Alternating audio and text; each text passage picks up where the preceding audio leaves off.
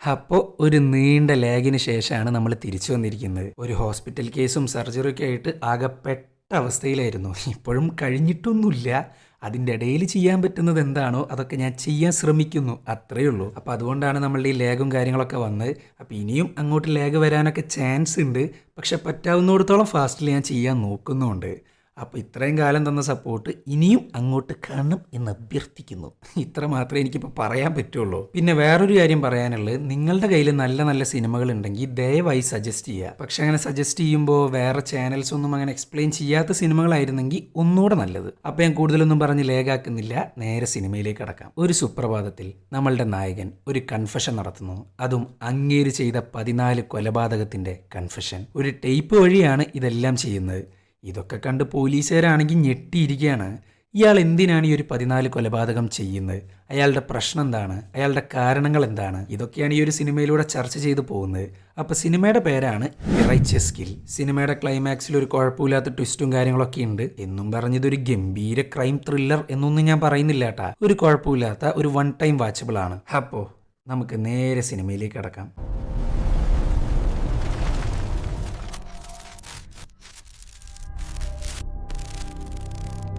David ഫിസ്ക് എന്ന വലിയൊരു പോലീസുകാരൻ, അയാളുടെ കൺഫഷൻ അടങ്ങുന്ന ടേപ്പ് കാണിച്ചുകൊണ്ടാണ് ഈ കഥയുടെ ആരംഭം. ഈ ടേപ്പിൽ ഇങ്ങേര് പറയുന്ന കാര്യങ്ങളൊക്കെ കേട്ടാകെ ഞെട്ടിയിരിക്കുകയാണ് ബാക്കിയുള്ള പോലീസുകാർ.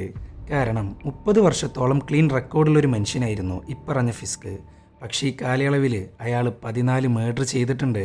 അതിൻ്റെ കുറ്റസമ്മതമാണ് നമ്മളിപ്പോൾ കാണാൻ പോകുന്നത്. അയാളുടെ ലൈഫ് എന്ന് പറയുന്ന പട്ടത്തിൻ്റെ നൂല് പൊട്ടി തുടങ്ങിയത് ഒരു റേപ്പ് കേസിലായിരുന്നു. ചാൾസ് റാൻഡൽ എന്ന പ്രതി തൻ്റെ ഗേൾഫ്രണ്ടിൻ്റെ മകളെ റേപ്പ് ചെയ്ത് കൊന്നുകളഞ്ഞു. പക്ഷെ അയാൾ അറസ്റ്റ് ചെയ്യാനുള്ള യാതൊരു തെളിവും ഫിസ്കിൻ്റെ പക്കൽ ഉണ്ടായിരുന്നില്ല. ആ മരിച്ച കുട്ടിയുടെ അമ്മയാണെങ്കിൽ കരഞ്ഞുകൊണ്ടിരിക്കുകയാണ്. അതുമാത്രമല്ല, പള്ളിയിലച്ഛനും ചർച്ചിലെ പിള്ളേരും എന്ന് വേണ്ട സകലമാന നാട്ടുകാരും ഉണ്ട്. അവരൊറ്റ പോയിന്റിൽ വെച്ച് അങ്ങേരൊരു കാര്യം തീരുമാനിച്ചു: ചാൾസ് റാൻഡലിനെ എന്നേക്കുമായിട്ട് പൂട്ടാൻ. പക്ഷെ ഫിസ്കിൻ്റെ കയ്യിൽ അവനെ പൂട്ടാനായിട്ട് യാതൊരു തെളിവുമില്ല. പക്ഷെ പോലീസുകാരാണല്ലോ, ഇല്ലാത്ത തെളിവ് ഉണ്ടാക്കിയെടുക്കാൻ യാതൊരു പ്രയാസവുമില്ല. സോ തെളിവ് ഉണ്ടാക്കിയെടുക്കുന്നു, ചാൾസ് റാൻഡലിനെ അറസ്റ്റ് ചെയ്യുന്നു.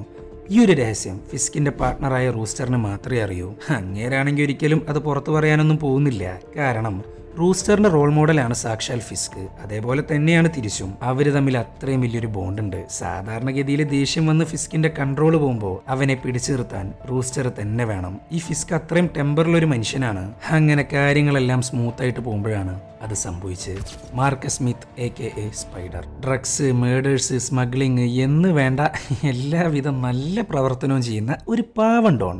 അതാണ് മാർക്കസ് സ്മിത്ത് അഥവാ സ്പൈഡർ. ഇങ്ങേര് വലിയൊരു അബാൻഡൻ ബാങ്ക് 404 എന്ന് പറയുന്ന വലിയൊരു ക്ലബ്ബാക്കി മാറ്റിയിരിക്കുകയാണ്.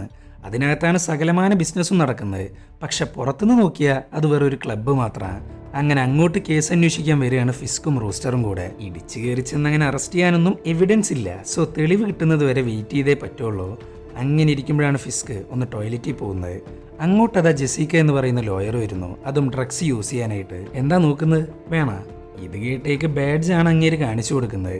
അത് കണ്ടേക്ക് ജെസിക്കക്ക് മനസ്സിലായി താൻ പെട്ടുവെന്നുള്ളത്. ഇതൊക്കെ എവിടുന്നാ കിട്ടുന്നത്? സ്പൈഡർ. സോ സ്പൈഡറിനെ പൂട്ടാനുള്ളൊരു മാർഗം തൻ്റെ മുന്നിൽ തെളിഞ്ഞു വരുന്നുണ്ട്. അങ്ങനെ അവിടെ വെച്ച് സീൻ കട്ടാവുന്നു. ആ ടേപ്പ് പിന്നെയും കാണിക്കുന്നു. അങ്ങനെ ഫിസ്ക് തൻ്റെ 10ാമത്തെ മേഡറിനെ കുറിച്ചാണ് പറയുന്നത്. സിറ്റിയിലെ തന്നെ വലിയൊരു പിമ്പായ റാംബോ തൻ്റെ കസ്റ്റമേഴ്സിന് വേണ്ടി പ്രോസ്റ്റിറ്റ്യൂട്ട്സിനോട് അങ്ങേയറ്റം ബാഡായിട്ടാണ് പുള്ളിക്കാരൻ ട്രീറ്റ് ചെയ്യാറ്. അങ്ങനെ ഒരു രാത്രി അവൻ്റെ തലയിലേക്ക് ഒരു ബുള്ളറ്റ് തുളഞ്ഞു കയറുന്നു. അത് ചെയ്ത് വേറെ ആരുമല്ല, സാക്ഷാൽ ഫിസ്ക് തന്നെയാണ്. അങ്ങനെയാണ് പുള്ളിക്കാരൻ ടേപ്പിൽ പറയുന്നത്. ഈ ടേപ്പിനകത്തുള്ള കാര്യങ്ങളൊക്കെ കേട്ട് ഞെട്ടിയിരിക്കുകയാണ് ബാക്കിയുള്ള പോലീസുകാർ. ഫിസ്ക് പറഞ്ഞു തുടങ്ങിയ ചാൾസ് റാൻഡലിൻ്റെ കേസ് മുതലാണ് ഈ മേഡേഴ്സിൻ്റെ എല്ലാം തുടക്കം. പക്ഷെ റാൻഡലിനെ മാത്രം അവൻ കൊന്നിട്ടില്ല. എന്തുകൊണ്ട്? അങ്ങനെ പിറ്റേ ദിവസമായി ഒന്നും അറിയാത്തതുപോലെ ഫിസ്ക് എത്തി റൂസ്റ്ററുമായിട്ട്. എന്നിട്ട് റാംബോന്റെ ബോഡിയൊക്കെ നോക്കുന്നുണ്ട്. റൂസ്റ്ററിനാണെങ്കിൽ ഒരു പിടുത്തവും കിട്ടുന്നില്ല. ഈ സമയത്താണ് കാരൻ്റെ എൻട്രി. ഒരു ഫോറൻസിക് ഉദ്യോഗസ്ഥയാണ് കാരൻ. ഈ കാരനും ഫിസ്കും തമ്മിൽ ചെറിയൊരു ബന്ധമുണ്ട് കേട്ടാ. അതിനെ ലവ് എന്ന് വിളിക്കാൻ പറ്റില്ല, എന്നാൽ ലെസ്റ്റ് ആവശ്യത്തിൽ കൂടുതലുണ്ട്. പക്ഷെ അവള് വേറെ ആൾക്കാരുമായിട്ട് ഇടപഴകുന്ന ഒന്നും ഫിസ്കിന് ഒട്ടും താല്പര്യമില്ല. ചുരുക്കി പറഞ്ഞ കാരന്റെ കാര്യത്തിൽ പുള്ളിക്കാരൻ അല്പം പൊസസീവാണ്. എന്തായാലും ബോഡി അടക്കുന്ന കണ്ടേക്ക് കാരൻ ഒരു കാര്യം പിടികിട്ടി. റാംബോയുടെ തൊട്ടടുത്ത് നിന്നാണ് ഷൂട്ട് ചെയ്തിട്ടുള്ളത്. അത് മാത്രമല്ല, ഇവർക്ക് അവിടുന്ന് ഒരു പേപ്പർ കിട്ടുന്നു. അതിനകത്തൊരു കവിതയുണ്ട്. റാംബോ ചെയ്യുന്ന പാപത്തിനുള്ള ശിക്ഷ എന്ന രീതിയിലാണ് കവിത. ഇത് 10ാമത്തെ മേഡറാന്ന് പറഞ്ഞു കഴിഞ്ഞു. അതായത് ബാക്കിയുള്ള 9 മേഡറുകൾക്കും ഇതേ കവിതകൾ കിട്ടിയിട്ടുണ്ട്. ചുരുക്കി പറഞ്ഞാൽ പാപം ചെയ്യുന്നവർക്കുള്ള ശിക്ഷയായിട്ടാണ് ഫിസ്ക് ഇതെല്ലാം ചെയ്യുന്നത്. അങ്ങനെ ഇരിക്കുമ്പോഴാണ് ഇവരുടെ ചീഫ് ഫിസ്കിനെയും റൂസ്റ്ററിനെയും വിളിപ്പിക്കുന്നത്. അങ്ങേരാണെങ്കിൽ തലവേദന എടുത്തിട്ടാണ് ഇരിക്കുന്നത്. ഒരു ഭാഗത്ത് സീരിയൽ കില്ലിങ്, വേറൊരു ഭാഗത്ത് സ്പൈഡർ എന്ന കൊടും കുറ്റവാളി. രണ്ടിൻ്റെ കാര്യത്തിലും ഇതുവരെ ഒന്നും ചെയ്യാനും പറ്റിയിട്ടില്ല. അപ്പോഴാണ് ഫിസ്ക് ഒരു കാര്യം പറയുന്നത്.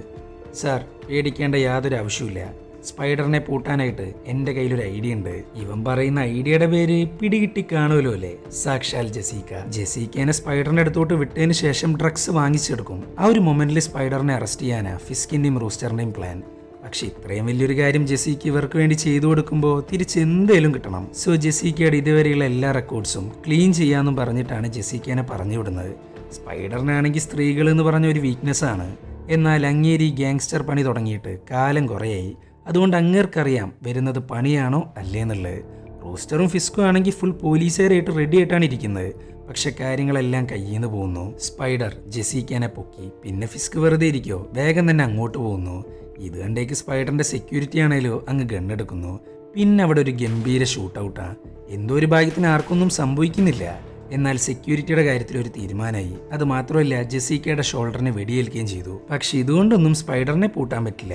അവന്റെ പ്രൈവറ്റ് പ്രോപ്പർട്ടിയിലോട്ട് പോലീസുകാരാണ് വന്നിട്ടുള്ളത്. അവരൊറ്റ അലിബൈ മതി സ്പൈഡറിനെ പിടിച്ചു വെക്കാൻ. കേസ് തെളിയിക്കാൻ എവിഡൻസ് അനിവാര്യമാണല്ലോ. ഇതൊക്കെ കൂടെ ആലോചിച്ച് ഭ്രാന്ത് കയറുകയാണ് ഫിസ്കിന്. പിന്നെ അവനൊന്നും നോക്കിയില്ല, സ്പൈഡറിനിട്ട് 4 അങ്ങ് കൊടുക്കുന്നു. പിന്നെ പറയണ്ടല്ലോ, മനുഷ്യാവകാശം അത് ഇത് എന്ന് വേണ്ട സകലമാന പൊല്ലാപ്പം വരുന്നു. ഒരാളുടെ പ്രൈവറ്റ് പ്രോപ്പർട്ടിയിൽ കയറിയിട്ട് പണി കൊടുക്കുന്നു, ഒരു സിവിലിയന് വെടിയേൽക്കുന്നു. വേറെ എന്ത് വേണം മനുഷ്യാവകാശത്തിന് കേസ് ഫയൽ ചെയ്യാനായിട്ട്? സോ ഇവരുടെ വക ഒരു പ്രോപ്പർ ഇന്റർവ്യൂ ഉണ്ടാവും. അതും റൂസ്റ്ററിനെയും ഫിസ്കിനെയും ഒപ്പായിരിക്കില്ല ഇന്റർവ്യൂ ചെയ്യുക. എന്നാൽ ഇവരുടെ ഉത്തരങ്ങളോ പെർഫെക്റ്റ് ആയിരിക്കണം. പക്ഷെ അതൊന്നും ഇവർക്കൊരു പ്രശ്നമേ അല്ല. അവരുടെ സൗഹൃദം അത്രയും അടിപൊളിയാണ്. ഇതാരുടെ തീരുമാനമാണ്? ഈ പ്ലാൻ ആരുടെയാണ്? എന്തിനാണ് ഇങ്ങനെയൊരു തീരുമാനം എന്ന് വേണ്ട എന്ത് ചോദ്യമാണെങ്കിലും ശരി, ഇവർക്ക് ഒരേപോലെയാണ് മറുപടി ഉള്ളത്. സോ ഇന്റർവ്യൂ പാസ്സായി. പക്ഷെ ഇനിയുണ്ട് ഓരോ കൊനിഷ്ഠ പ്രൊസീജിയർ. അങ്ങനെ അതിന്റെ ഭാഗമായിട്ട് സൈക്കോളജിസ്റ്റിനെ കാണാൻ പോകുന്നു. അങ്ങേരാണെങ്കിൽ ഇവർക്കൊരു ഡയറിയാണ് കൊടുക്കുന്നത്. ഫിസ്ക്, റൂസ്റ്റർ, ഈ ഡയറി നിങ്ങളുടെ കയ്യിൽ വെച്ചോ. നിങ്ങളുടെ ലൈഫിൽ വരുന്ന ചോദ്യങ്ങൾ, ഇൻസ്റ്റിങ്ക്റ്റ്, തീരുമാനങ്ങൾ, അങ്ങനെ എന്തും നിങ്ങൾക്ക് ഈ ഡയറിയിൽ കുറിച്ചു വെക്കാം. ഫിസ്കിന് ഇതൊക്കെ കേട്ടിട്ട് വലിയ കാര്യമായിട്ടൊന്നും തോന്നുന്നില്ല. പക്ഷെ റൂസ്റ്റർ ഒരു ഫണ്ണ് പോലെ ചെയ്യാന്ന് പറയുന്നു. അങ്ങനെ ഇരിക്കുമ്പോഴാണ് 2 ജൂനിയർ പോലീസുകാരെ കാണിക്കുന്നത്, സൈമൺ ആൻഡ് ടെഡ്. ഈ സൈമന്റെ ടീമും അതേപോലെ സീനിയർ ടീമായ ഫിസ്കിന്റെ ടീമും തമ്മിൽ ഈഗോയുടെ പേരിൽ കുറേ പ്രശ്നങ്ങളുണ്ട്. 2 കൂട്ടർക്കും അങ്ങോട്ടും ഇങ്ങോട്ടും കണ്ണെടുത്താൽ കണ്ടുകൂടാ. അതിന്റെ പ്രധാന കാരണമാണ് കാരൻ. ഈ കാരനും സൈമണും തമ്മിൽ ചെറിയൊരു ബന്ധം ഉണ്ടായിരുന്നു പണ്ട്. പിന്നെ കാരനാണെങ്കിൽ ജൂനിയർ ടീമിലുള്ളതാണ്. സോ മിക്കപ്പോഴും ഒരുമിച്ചാണ്. പക്ഷേ ഇനി അങ്ങോട്ട് ഇവർക്ക് ഒന്നിച്ചേ പറ്റുള്ളൂ. കാരണം ടെഡിന്റെയും സൈമന്റെയും ജൂറിസ്ഡിക്ഷനിൽ ഒരു മേർഡർ നടന്നിട്ടുണ്ട്. അതും സെയിം പാറ്റേണിലാണ് മരിച്ചിരിക്കുന്നത്. റാംബോയുടെ പോലെ തന്നെ ഒരു ക്രിമിനലാണ് വെടിയേറ്റ് മരിച്ചിട്ടുള്ളത്. അതേപോലെ നോ ഫിംഗർ പ്രിന്റ്, നത്തിങ്. പിന്നെ പോരാത്തിന് കവിതയുണ്ട്. ഈ മരിച്ച ആളുടെ പേരാണ് ടാനർ. കൊല്ലാൻ ഉപയോഗിച്ച ഗണ്ണിലെ ബുള്ളറ്റ് കൊണ്ട് .45 പിസ്റ്റലാണെന്ന് കാരൻ കണ്ടുപിടിച്ചു. പക്ഷെ അതും വെച്ച് സെർച്ച് ചെയ്ത് പോയപ്പോൾ വിർജീനയിലെ ഏതൊരു തൂക്കുകടയിൽ നിന്ന് മോഷണം പോയിട്ടുള്ള ഗണ്ണാന്ന് മനസ്സിലായി.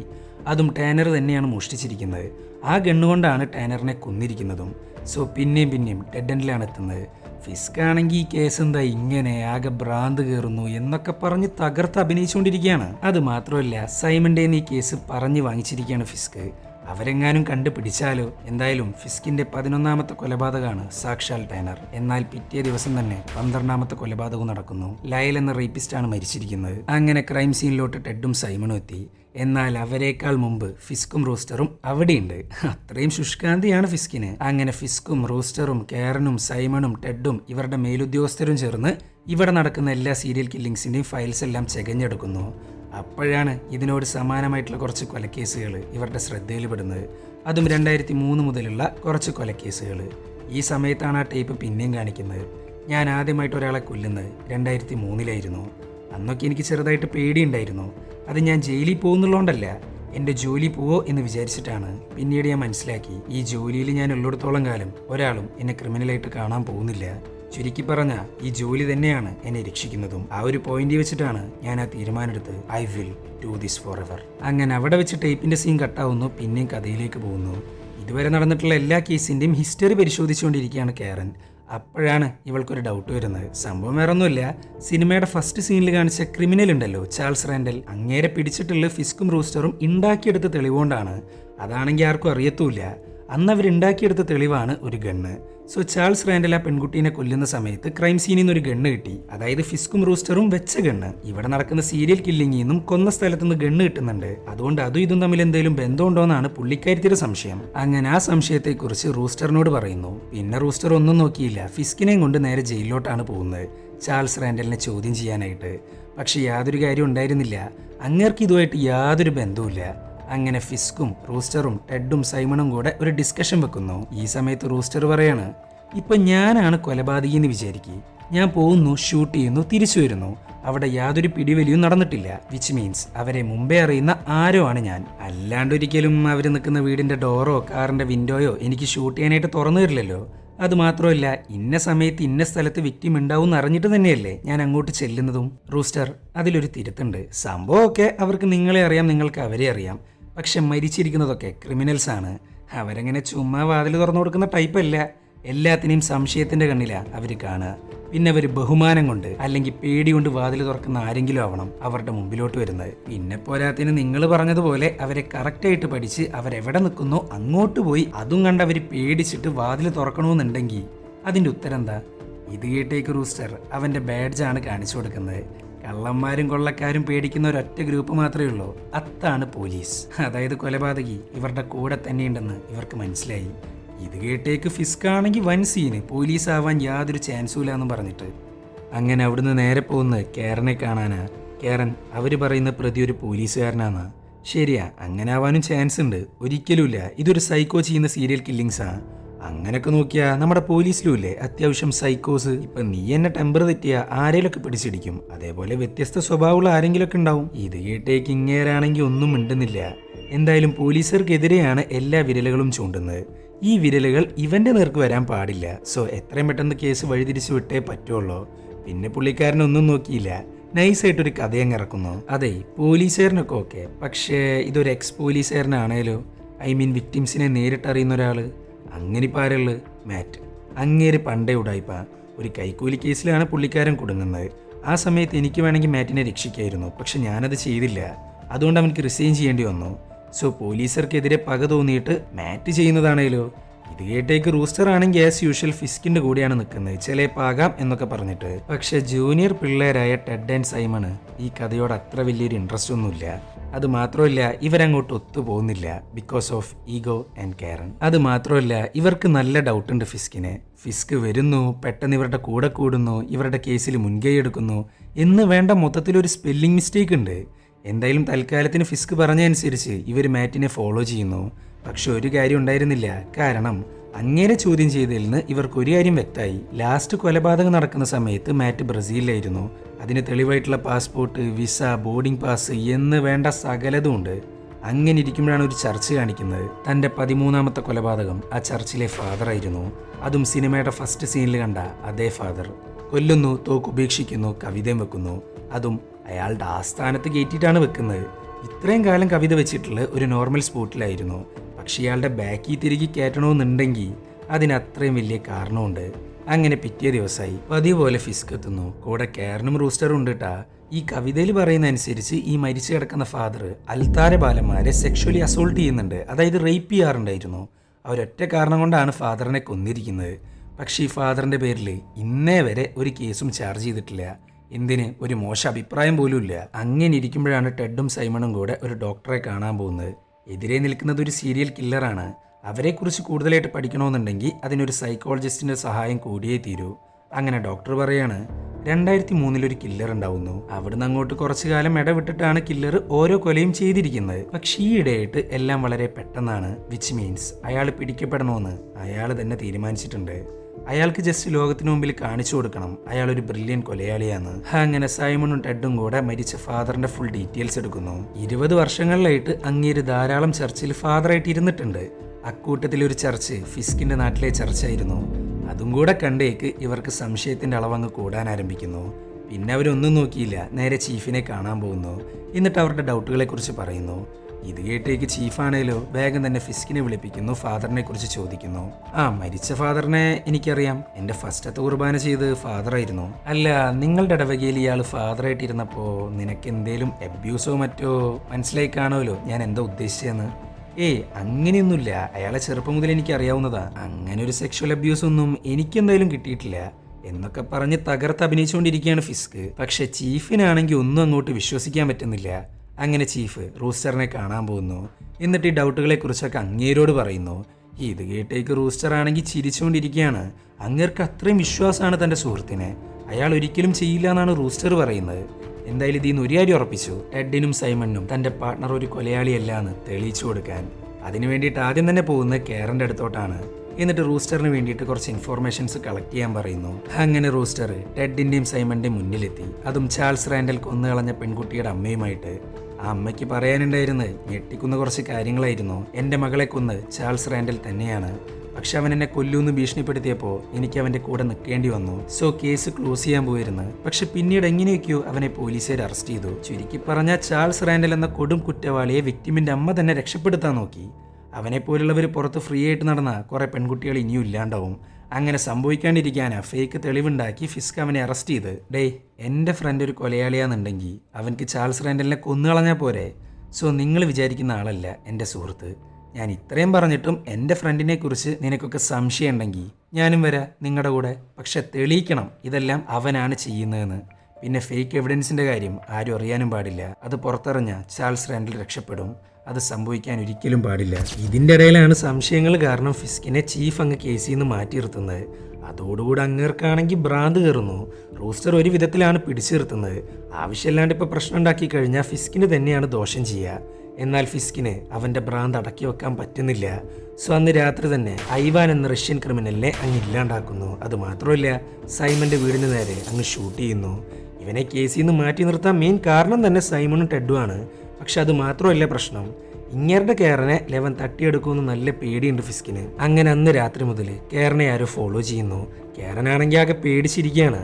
അപ്പോഴാണ് ഞെട്ടിക്കുന്നൊരു കാര്യം കേറൻ അങ്ങ് കാണുന്നത്. അവളുടെ ബാഗിനടിയിലായിട്ട് ഒരു കവിത. അത് കണ്ടേക്ക് ഇവളങ്ങ് ഗണ്ണെടുക്കുന്നു. ആ ഒരു കറക്റ്റ് സമയത്താണ് ഇവളെ ആരാണോ ഫോളോ ചെയ്യുന്നത് അയാൾ അങ്ങ് അകത്ത് കിടക്കുന്നത്. അറിയാലോ, സാക്ഷാൽ ഫിസ്കാണ്. പക്ഷേ ഇവിടെ ചെറിയൊരു പ്രശ്നമുണ്ട്. സംഭവം വേറൊന്നുമില്ല, കവിതക്കകത്തുള്ള ഹാൻഡ് റൈറ്റിംഗ് ഇപ്രാവശ്യം വ്യത്യാസമുണ്ട്. നീയല്ലേ ഇതെഴുതിയത്? ഇതിലെ ഹാൻഡ് റൈറ്റിംഗ് കണ്ടേക്കന്നെ യഥാർത്ഥ കില്ലറിന്റെ അല്ലാന്ന് എനിക്ക് മനസ്സിലായി. എന്തിനാ ഇങ്ങനെയൊരു നാടകം? നിന്നെ ഒന്ന് പേടിപ്പിക്കാൻ. നീ ആ സൈമന്റെ കൂടെ നടക്കുന്നത് എനിക്ക് ഒട്ടും താല്പര്യമില്ല. അവരെന്തൊക്കെയോ എനിക്കെതിരെ പ്ലാൻ ചെയ്യുന്നുണ്ട്. അതെന്താന്ന് നീ എനിക്ക് കണ്ടുപിടിച്ചു തരണം. പിന്നെ ഈ കവിത, അത് ഞാൻ ചുമ്മാ പേടിപ്പിക്കാൻ ചെയ്തതാ.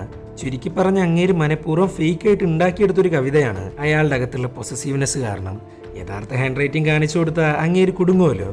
അങ്ങനെ ഇരിക്കുമ്പോഴാണ് ഫിസ്ക് ഒട്ടും പ്രതീക്ഷിക്കാത്തൊരു കാര്യം അങ്ങ് നടക്കുന്നത്. ഐവാൻ എന്ന റഷ്യൻ ക്രിമിനലിനെ ഷൂട്ട് ചെയ്തിട്ടുണ്ടായിരുന്നല്ലോ, അങ്ങേര് മരിച്ചിട്ടില്ല, ഹോസ്പിറ്റലുണ്ട്. ഫിസ്കിന് ഈ കേസിൽ ഇടപെടാൻ പറ്റാത്തതുകൊണ്ട് ഒന്നും ചെയ്യാനും പറ്റില്ല. സോ റൂസ്റ്ററും ടെഡും കൂടെയാണ് പോകുന്നത്. റൂസ്റ്റർ ഇവരുടെ കൂടെ പോകുന്നത് തന്നെ ഫിസ്ക് നിരപരാധിയാണ് എന്ന് പ്രൂവ് ചെയ്യാനാ. അങ്ങനെ ഐവാനോട് കാര്യങ്ങളെല്ലാം ചോദിച്ചറിയാൻ നോക്കുന്നു. പക്ഷെ അയാളുടെ കണ്ടീഷൻ ആണെങ്കിൽ ഭയങ്കര മോശമാണ്. ഇവർ ഈ കൊലയാളിയെക്കുറിച്ച് ചോദിക്കുമ്പോൾ തന്നെ അങ്ങേരുടെ ഹാർട്ട് ബീറ്റൊക്കെ അടിച്ച് കയറുകയാണ്. സോ അവർ തൽക്കാലത്തിന് പിന്മാറുന്നു. അങ്ങനെ ആ സമയത്താണ് സാക്ഷാൽ സ്പൈഡർ ഫിസ്കിനെ അങ്ങ് വിളിക്കുന്നത്. എനിക്ക് കുറച്ച് കാര്യങ്ങൾ പറയാനുണ്ട്. ക്രിമിനൽസിനെ കൊല്ലുന്നൊരു സൈക്കോ ഇപ്പോൾ നാട്ടിൽ ഇറങ്ങിയിട്ടുണ്ടല്ലോ, അങ്ങേരെക്കുറിച്ചുള്ളൊരു ഇൻഫോർമേഷൻ എൻ്റെ കയ്യിലുണ്ട്. ആളുകളെ കൊല്ലുന്നത് ഒരു പോലീസുകാരനാണ്, എനിക്ക് നന്നായിട്ടറിയാം. ഇതൊക്കെ കേട്ടാ ഫിസ്ക് പിന്നെ വെറുതെ ഇരിക്കുമോ? സ്പൈഡറിൻ്റെ കയ്യിലുള്ള ഇൻഫോർമേഷൻ ബാക്കിയുള്ളവരിലേക്ക് എത്തുന്നതിന് മുമ്പ് ഫിസ്കിന് അവിടെ എത്തുകയും വേണം, സ്പൈഡറിനെ തീർക്കുകയും വേണം. സോ അതിനായിട്ട് അങ്ങ് ഇറങ്ങിത്തിരിക്കുന്നു. പക്ഷെ അതിന് മുമ്പായിട്ട് ഐവാൻ്റെ കാര്യത്തിൽ ഒരു തീരുമാനമാക്കണം. പക്ഷെ ഹോസ്പിറ്റലിൽ മൊത്തം പോലീസാ, അതുകൊണ്ട് ഒന്നും ചെയ്യാനും പറ്റില്ല. അപ്പോഴാണ് മറ്റേ ടേപ്പ് പിന്നെയും കാണിക്കുന്നത്. അതിനകത്ത് ഫിസ്ക് പറയുന്ന ഒരു കാര്യമുണ്ട്. ഐവാൻ ജീവനോടെ ഉണ്ടെന്നറിഞ്ഞപ്പോൾ തന്നെ കാര്യങ്ങളെല്ലാം കയ്യിൽ നിന്ന് പോയിരുന്നു. സോ എൻ്റെ പ്ലാൻസ് മാറ്റാനുള്ള സമയമായി. അതുകൊണ്ട് ഒരിക്കലും ചെയ്യാൻ പാടില്ലാത്ത, ക്ഷമിക്കാൻ പറ്റാത്ത ഒരു തെറ്റ് ഞാൻ ചെയ്തു. ആ തെറ്റാണ് കേറൻ. അങ്ങനെ അന്ന് രാത്രി കേറനെ റേപ്പ് ചെയ്യുന്നു, അതും ബ്രൂട്ടലായിട്ട്. പക്ഷെ കൊല്ലുന്നില്ലാട്ടാ. അതിനുശേഷമാണ് പുള്ളിക്കാരൻ സ്പൈഡറിനെ കാണാൻ പോകുന്നത്. എന്നാൽ സ്പൈഡറിന് ഒരു തേങ്ങ അറിയില്ല. അവനെ കൊണ്ട് വിളിപ്പിക്കുന്നതാണ് ടെഡും സൈമണും കൂടെ. അവർക്ക് ഈ ഫിസ്കിന്റെ മേളിൽ നല്ല സംശയമുണ്ടല്ലോ, അത് തീർക്കാനുള്ള ഒരു പ്ലാനാണ് സ്പൈഡർ. അതിന് റൂസ്റ്ററും കൂട്ടുവെക്കുന്നു. ഇപ്പൊ കിട്ടും, കാത്തിരുന്നോ എന്നൊക്കെയാണ് റൂസ്റ്റർ പറയുന്നത്. ഇതിന്റെ ഇടയിൽ കേറനാണേലോ വേഗം തന്നെ ചീഫിനെ വിളിച്ച് കാര്യം പറയുന്നു. സർ, അയാൾ എത്രയും പെട്ടെന്ന് പിടിക്കണം. അവനൊരു ക്ലാസിക് സോഷ്യോപാത്താണ്. ഇത് കേട്ടേക്ക് ചീഫാണെങ്കിൽ ഞെട്ടിയിരിക്കുകയാണ്. അത് മാത്രമല്ല, തൽക്കാലത്തിന് കേരനോട് നാട്ടിൽ നിന്ന് മാറി നിൽക്കാനാ പറയുന്നത്. പക്ഷേ അവളെ കൊണ്ട് പറ്റുന്നില്ല. തന്നെ റേപ്പ് ചെയ്തവനോടുള്ള പകയാണ് മനസ്സ് മുഴുവൻ. ഇതേ സമയം സ്പൈഡറിന്റെ ഓഫീസിലാണെങ്കിൽ ടെഡും സൈമണും റൂസ്റ്ററും കൂടെ വമ്പൻ ബെറ്റിങ്ങാ നടക്കുന്നത്. $1000. റൂസ്റ്റർ പറയുന്നു ഫിസ്ക് ചെയ്തിട്ടില്ലാന്ന്, ഇവന്മാര് ചെയ്തോന്നും. അങ്ങനെ ഇരിക്കുമ്പോഴാണ് റൂസ്റ്റർ മറ്റേ ഡോക്ടർ കൊടുത്ത ഡയറി ഉണ്ടല്ലോ, മനസ്സിൽ വരുന്ന ചോദ്യത്തെക്കുറിച്ചും ലൈഫിനെ കുറിച്ചൊക്കെ എഴുതാനുള്ള ഒരു ഡയറി, അതിലെന്തൊക്കെയോ കുറിച്ചു വെക്കുന്നു. ആ സമയത്താണ് ഫിസ്ക് സ്പൈഡറിനെ കാണാനെത്തുന്നത്. ഫിസ്ക്, നീയാണ് ആ കൊലയാളി എന്നുള്ളത് എനിക്ക് നന്നായിട്ട് അറിയാം. അതിൻ്റെ എവിഡൻസ് എൻ്റെ ഫോണിലുണ്ട്. എടാ സ്പൈഡറെ, നിനക്കുള്ള കവിതയുമായിട്ടാണ് ഞാൻ ഇങ്ങോട്ട് കെട്ടിയെടുത്ത് എന്നും പറഞ്ഞ് ഗണ്ണങ്ങെടുക്കുന്നു. ഇത് കണ്ടേക്ക് റൂസ്റ്റർ ആണെങ്കിൽ ഞെട്ടിയിരിക്കുകയാണ്. പിന്നെ പറയണ്ടല്ലോ, ഇവരെല്ലാവരും ചേർന്ന് ഫിസ്കിന്റെ അടുത്തോട്ട് പോകുന്നു. എന്നാ ഫിസ്കിനാണെങ്കിൽ ഭയങ്കര ആത്മവിശ്വാസം. അങ്ങനെ ഫിസ്ക് വെച്ച കവിത അങ്ങ് വായിച്ചു നോക്കുന്നു. അതിനകത്ത് എഴുതിയിരിക്കുന്ന ഇങ്ങനെയാണ്: എടാ മണ്ടന്മാരെ, ഒരാളെ സെറ്റ് ചെയ്ത് പിടിക്കാൻ നോക്കുമ്പോൾ നല്ല ഐഡിയ യൂസ് ചെയ്യടാ. ശരിക്കും പറഞ്ഞാൽ സ്പൈഡർ വിളിച്ചപ്പോൾ മുതലേ സംശയമുണ്ട് ആരൊക്കെയോ ചേർന്ന് ഫിസ്കിനെ സെറ്റപ്പ് ചെയ്യാൻ നോക്കുകയെന്ന്. ഇതൊക്കെ കണ്ട് റൂസ്റ്റർ ആണെങ്കിൽ ചിരിച്ചുകൊണ്ടിരിക്കുകയാണ്. $1000 പോക്കറ്റിലേക്ക് വരാൻ പോകുന്നത്. ഇതൊക്കെ കണ്ട് സൈമൺ ആണേലോ ഭ്രാന്ത് കയറുന്നു. ഒരു വിധത്തിലാണ് ടെഡ് അവനെ അങ്ങ് കൊണ്ടുപോകുന്നത്. ഇതേ സമയം കാരൻ ഹോസ്പിറ്റലിൽ പോയിട്ട് അവളെ റേപ്പ് ചെയ്തവൻ്റെ ഫോട്ടോ ഐവാൻ അങ്ങ് കാണിച്ചു കൊടുക്കുന്നു. അത് കണ്ടേക്ക് ഐവാൻ തിരിച്ചറിഞ്ഞു. സോ തന്നെ റേപ്പ് ചെയ്യുന്നതും ക്രിമിനൽസിനെ കൊല്ലുന്നതും ഒരാളാന്ന് കാരന് മനസ്സിലായി. അങ്ങനെ ഇരിക്കുമ്പോഴാണ് ഫിസ്ക് റൂസ്റ്റർ മറന്നു വെച്ച മറ്റേ ഡയറി ഉണ്ടല്ലോ അതങ്ങ് കാണുന്നത്. മറ്റേ ഡോക്ടർ കൊടുത്ത ഡയറി. അങ്ങനെ അതങ്ങ് വായിച്ചു നോക്കുന്നു. നോക്കുമ്പോണ്ട് അതിനകത്തൊരു കവിത, അതും ഡ്രഗ്സ് വിൽക്കുന്നവർക്കെതിരെയുള്ള കവിത. ഇതൊക്കെ കണ്ട് ഞെട്ടിയിരിക്കുകയാണ് ഫിസ്ക്. ആ ഒരു കറക്റ്റ് സമയത്താണ് റൂസ്റ്റർ വന്നിട്ട് സ്പൈഡറിനെ അങ്ങ് ഇല്ലാണ്ടാക്കുന്നത്. ഇല്ലാണ്ടാക്കാന്ന് മാത്രമല്ല, ഫിസ്കിനെ ഗൺ പോയിന്റ് നിർത്തുന്നു. എന്നിട്ടൊരു ക്യാമറയുടെ ഫ്രണ്ടിലോട്ടാണ് കൊണ്ടുവരുന്നത്. കൊണ്ടുവരികയെന്ന് മാത്രമല്ല, ആ ഡയറിയിലുള്ള എല്ലാ കാര്യങ്ങളും വായിക്കാൻ പറയുന്നു. ഞാൻ ഡേവിഡ് ഫിസ്ക്, ഞാൻ 14 കൊല ചെയ്തിട്ടുണ്ട് എന്ന് പറഞ്ഞു തുടങ്ങുന്ന ഒരു ടേപ്പ് ഉണ്ടല്ലോ, ആ ടേപ്പിന്റെ റെക്കോർഡിംഗ് ആണ് ഇപ്പം നടന്നുകൊണ്ടിരിക്കുന്നത്. അതായത് നമ്മൾ ഇത്രയും നേരം കണ്ടുകൊണ്ടിരിക്കുന്ന കുറ്റസമ്മതം റൂസ്റ്ററിന്റെയാണ്. അവിടെ വെച്ചിട്ടാണ് ആ ട്വിസ്റ്റ് അങ്ങ് റിവീൽ ആവുന്നത്. ഈ ഡേവിഡ് ഫിസ്ക് യഥാർത്ഥത്തിൽ റൂസ്റ്ററാണ്. പുള്ളിക്കാരന്റെ വിളിപ്പേരാണ് റൂസ്റ്റർ. നമ്മൾ ഇത്രയും നേരം ഫിസ്ക് എന്ന് വിശ്വസിച്ചിരുന്ന നായകന്റെ പേര് ടോം എന്നായിരുന്നു. അയാൾ ഇത്രയും കാലമായിട്ട് ആരും ഫിസ്ക് എന്ന് വിളിച്ച് കേട്ടിട്ടുമില്ല. അയാളുടെ പേരും നാളും ഇതുവരെ റിവീൽ ആക്കിയിട്ടുമില്ല. അതുകൊണ്ടാണ് നമ്മൾ ഇത്രയും നേരം ടോം ഫിസ്ക് ആണെന്ന് വിചാരിച്ചിരുന്നത്. പിന്നെ പോരാത്തതിന് ആ ടേപ്പിനകത്ത് ഞാൻ ഡേവിഡ് ഫിസ്ക് എന്നും പറഞ്ഞിട്ടാണ് തുടങ്ങുന്നതും. ചുരുക്കി പറഞ്ഞ 14 കൊലപാതകവും ചെയ്ത് റൂസ്റ്റർ ആയിരുന്നു. ടോം, പണ്ട് മുതലേ നിന്നെ പോലെ ആവാനാ ഞാൻ ശ്രമിച്ചിരുന്നത്. നിന്നെ ഞാനൊരു റോൾ മോഡലാക്കി. അത്രയും നല്ലൊരു പോലീസുകാരനായിരുന്നു നീ. പക്ഷെ വർഷങ്ങൾക്ക് മുമ്പ് നീ ചാൾസ് റാൻഡലിനെ ഇല്ലാത്ത തെളിവുണ്ടാക്കി പിടിച്ചപ്പോൾ എൻ്റെ വിശ്വാസം പൂർണ്ണമായും നശിക്കാൻ തുടങ്ങി. റൈച്ചസ് ആയിട്ടുള്ളൊരു കാര്യം നീ ചെയ്തപ്പോൾ എന്തുകൊണ്ട് എൻ്റെ വഴി എനിക്ക് തിരഞ്ഞെടുത്തുകൂടാ? അന്ന് മുതൽ നിന്നെപ്പോലെ ആവാൻ ശ്രമിക്കുന്നത് ഞാൻ അങ്ങ് നിർത്തി. തെറ്റ് ചെയ്തവരെ തെരഞ്ഞു പിടിച്ച് കൊല്ലാൻ തീരുമാനിച്ചു. അവസാനം പോയി പണ്ടെന്നെ റേപ്പ് ചെയ്തതിന് പ്രതികാരമായിരുന്ന ഫാദറിനെ വരെ ഞാൻ തീർത്തു. സോ എനിക്ക് മനസ്സിലായി ഇതൊരു ഹരമായിട്ട് മാറുന്നുണ്ടെന്ന്.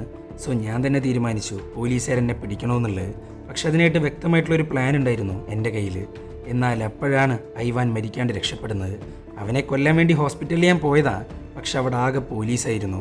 എൻ്റെ പ്ലാൻ അനുസരിച്ച് മുന്നോട്ട് പോകണമെന്നുണ്ടെങ്കിൽ ഒരിക്കലും ചെയ്യാൻ പാടില്ലാത്തൊരു, ക്ഷമിക്കാൻ പാടില്ലാത്ത ഒരു തെറ്റ് എനിക്ക് ചെയ്യേണ്ട ആവശ്യമുണ്ടായിരുന്നു.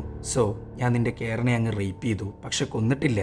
എൻ്റെ മരണം അത് നിൻ്റെ കൈകൊണ്ടാവണം. പിന്നെ ടേപ്പ് അത് വേറൊന്നിനും വേണ്ടിയിട്ടല്ല. ഇതൊക്കെ കാണുന്ന ജനങ്ങൾ എന്നെ തെറ്റിദ്ധരിക്കാൻ പാടില്ലല്ലോ. പക്ഷെ ഇതൊക്കെ പറയുന്നുണ്ടെങ്കിലും റൂസ്റ്ററിനറിയാം ഒരിക്കലും ടോം തന്നെ കൊല്ലാൻ പോകുന്നില്ല എന്ന്. അയാൾക്കൊരിക്കലും ഇത്രയും കാലം തൻ്റെ കൂടെ എന്ന പാർട്ട്ണറിനെ കൊല്ലാൻ സാധിക്കില്ല. അപ്പോഴാണ് കാരൻ അങ്ങോട്ട് വരുന്നത്, അതും ഗണ്ണും കൊണ്ട്. പക്ഷെ അവളെ കൊണ്ടും അവൻ കൊല്ലിക്കുന്നില്ല. എന്ത് ചെയ്തിട്ടാണേലും വേണ്ടില്ല, റൂസ്റ്ററിനെ അറസ്റ്റ് ചെയ്യാനാ ടോമിൻ്റെ പ്ലാൻ. പിന്നെ റൂസ്റ്റർ ഒന്നും നോക്കിയില്ല, അങ്ങ് ഓടാൻ തുടങ്ങുന്നു. റൂസ്റ്ററിനെ എങ്ങനെയും തൻ്റെ സുഹൃത്തിൻ്റെ കൈകൊണ്ട് മരിക്കണം. അയാൾക്കൊരു ക്രിമിനലായിട്ട് ജീവിക്കാൻ യാതൊരു താല്പര്യമില്ല. അങ്ങനെ അവസാനം ഒരു വഴിയില്ലാണ്ടായപ്പോൾ ടോം റൂസ്റ്ററിനെ അങ്ങ് ഇല്ലാണ്ടാക്കുന്നു. അങ്ങനെ എല്ലാം അവസാനിച്ചു. കേസ് ക്ലോസ് ചെയ്തു. സോ ഇപ്പൊ മനസ്സിലായി കാണുമല്ലോ, ടോം സത്യം പറഞ്ഞാൽ കേസ് വഴിതിരിച്ച് വിടുന്നൊന്നുമല്ല. അയാൾക്ക് പോലീസാണ് ഇത്രയും അധികം കൊലപാതകം ചെയ്യുന്നതെന്ന് അറിഞ്ഞപ്പോൾ ഭയങ്കരമായിട്ട് ഇറിറ്റേഷൻ തോന്നി. അയാൾ അത്രയും ബഹുമാനിക്കുന്ന ഒരു ജോലിയാണ് പോലീസ്. അതിനകത്ത് തന്നെ കൊലയാളി ഉണ്ട് എന്ന് അറിഞ്ഞപ്പോൾ അയാൾക്ക് എന്തൊക്കെയോ ഇറിറ്റേഷൻ തോന്നിയിട്ടാണ് കേസ് വഴിതിരിച്ച് വിടാനൊക്കെ നോക്കിയിരുന്നത്. എന്തായാലും കാര്യങ്ങളെല്ലാം പുറത്തു വന്നു. റൂസ്റ്ററാണ് കൊലയാളി എന്നുള്ളത് എല്ലാവർക്കും മനസ്സിലായി. പിന്നെ പോലീസുകാർ മറ്റേ ടേപ്പ് കാണുമ്പോൾ കൂടെ ടോമും ഉണ്ടിട്ടാ. സംഭവം വേറൊന്നുമില്ല, അവരാ കേസിനെ കുറിച്ച് പഠിക്കുന്നതാണ്. ഈ ഒരു പോയിന്റ് വെച്ചിട്ടാണ് ഈ ഒരു സിനിമ അങ്ങ് അവസാനിക്കുന്നത്. അപ്പോൾ വീഡിയോ ഇഷ്ടപ്പെട്ടാൽ ലൈക്ക് ചെയ്യുക. കൂടുതൽ വീഡിയോകൾക്കായി ചാനൽ സബ്സ്ക്രൈബ് ചെയ്യുക. പിന്നെ നല്ല സിനിമകളുണ്ടെങ്കിൽ ദയവായി സജസ്റ്റ് ചെയ്യുക.